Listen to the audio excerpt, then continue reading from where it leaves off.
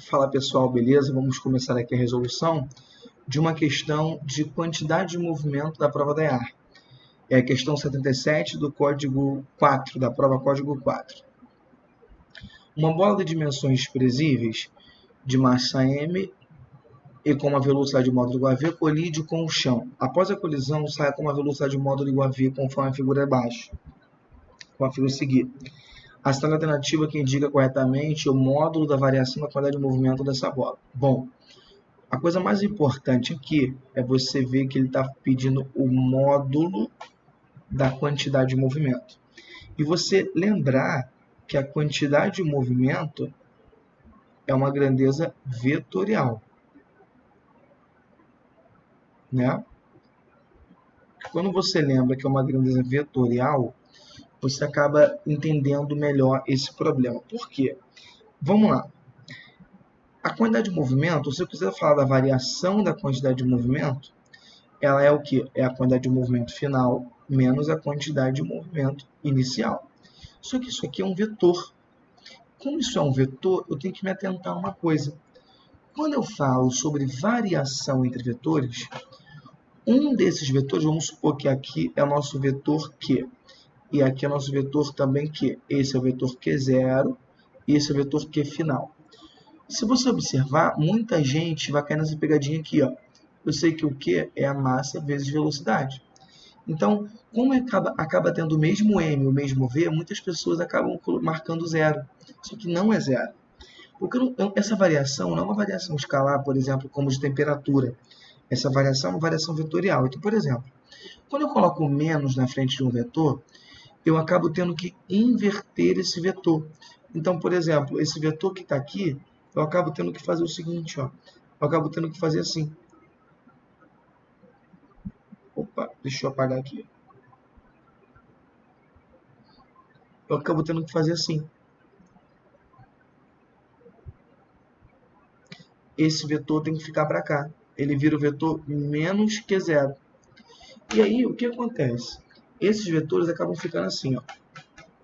O vetor menos Q fica assim.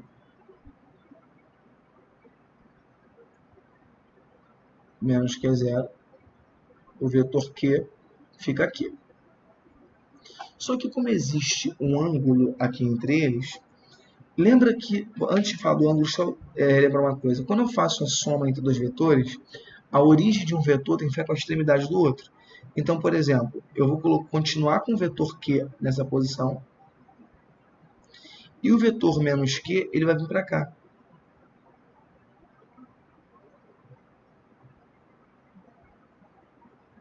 Com isso, observa que o vetor resultante, que vai ser o vetor diferença, ele vai estar aqui. Ele vai estar nessa posição. Esse vetor aqui é o vetor ΔQ. Ele é a variação, porque ele acaba sendo essa soma aqui, ó. Ele acaba sendo essa soma. Ele é a soma do vetor Q mais o vetor menos Q0. Entende? Como eu estou falando de uma soma vetorial, ele acaba ficando assim, ó. ΔQ é igual a Q menos Q0. Então, ele não deixa de ser uma soma, só que ele é uma soma com um vetor multiplicado por menos 1, ou seja, um vetor com seu sentido invertido. Tá? E aí, o que acontece? Agora é muito rápido. Se você observar, aqui nós temos os ângulos, né? Temos ângulos ali no meio, e temos ângulos aqui também. Esse ângulo θ, né? Esse ângulo aqui também é θ.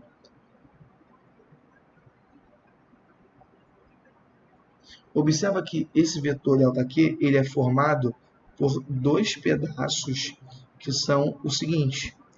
São dois pedaços que são, esse pedaço aqui é Q vezes seno. Esse pedaço aqui também é Q vezes seno. Ou seja, o vetor ΔQ, ele é 2Q vezes o seno de θ. Beleza? É 2Q vezes o seno de θ. Bom, o vetor ΔQ vai ser 2, o que? M, V, seno. Seno de θ. Tudo bem?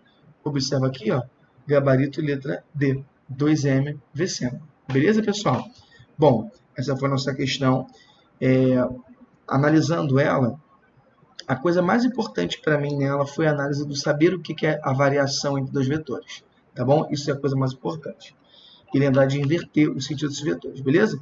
Valeu, pessoal. Um abraço e até a nossa próxima aula. Até mais. Tchau, tchau.